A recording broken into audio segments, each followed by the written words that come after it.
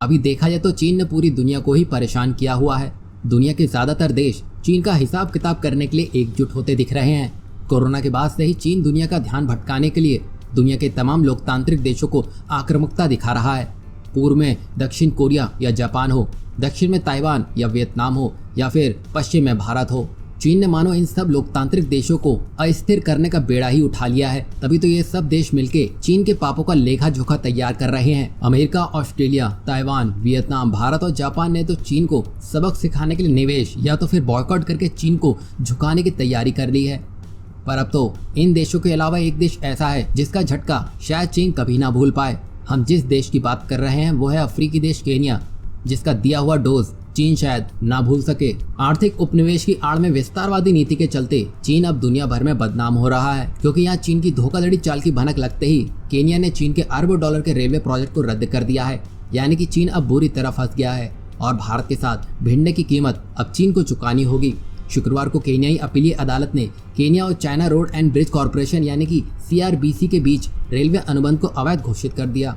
दरअसल केन्या की कोर्ट ने न सिर्फ इसे गैरकानूनी पाया है, बल्कि चीन की कंपनियों को कड़ी फटकार भी लगाई है। इस सौदे में रिश्वत लिए जाने की बात सामने आई है।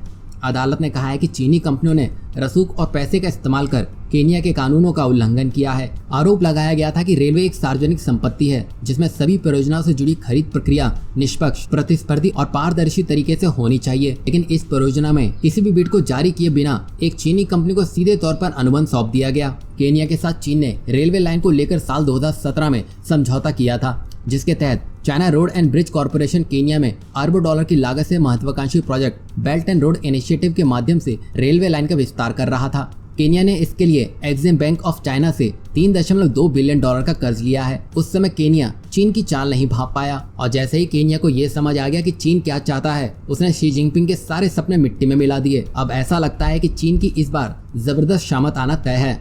और वहीं दूसरी बड़ी खबर अमेरिका से निकल कर आ रही है, जहां भारत चीन के बीच तनातनी और चीन की गुंडागर्दी को देखते हुए अमेरिका अब कुछ कड़े कदम उठाने का निर्णय ले चुका है। अभी हाल ही में अमेरिकी प्रशासन के विदेश मंत्री माइक पोम्पियो ने स्पष्ट किया है कि यूरोप में तैनात अमेरिकी सेना को जल्द ही दक्षिण पूर्व एशिया जैसे क्षेत्रों में भेजा जाएगा, ताकि भारत, जापान और अन्य देशों पर चीन की दादागिरी को नियंत्रण में लाया जा सके। जब से चीन के वुहान में कोविड-19 ने दुनिया भर में उत्पात मचाया है, तभी से चीन इस महामारी की आड़ में अपने आसपास के देशों की भूमि पर कब्जा करना चाहता है। क्या ताइवान, क्या जापान, यहाँ तक कि भारत को भी चीन ने नहीं छोड़ा है।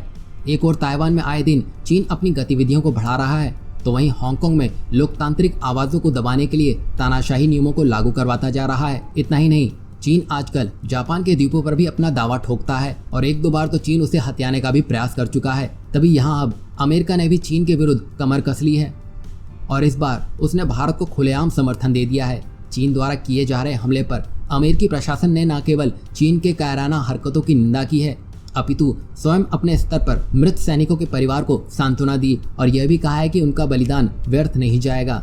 यह पहली बार है जब अमेरिका ने स्पष्ट रूप से संकेत दिया है कि वो भारत के साथ है और चीन के खिलाफ युद्ध में पूरा साथ देगा। यही नहीं, स्पष्ट है कि अब चीन का डर सामने आ रहा है। भारत, अमेरिका उसके खिलाफ एक मंच पर है और उसकी नापाक हरकतों का जवाब देने के लिए पूरी तरह से तैयार है।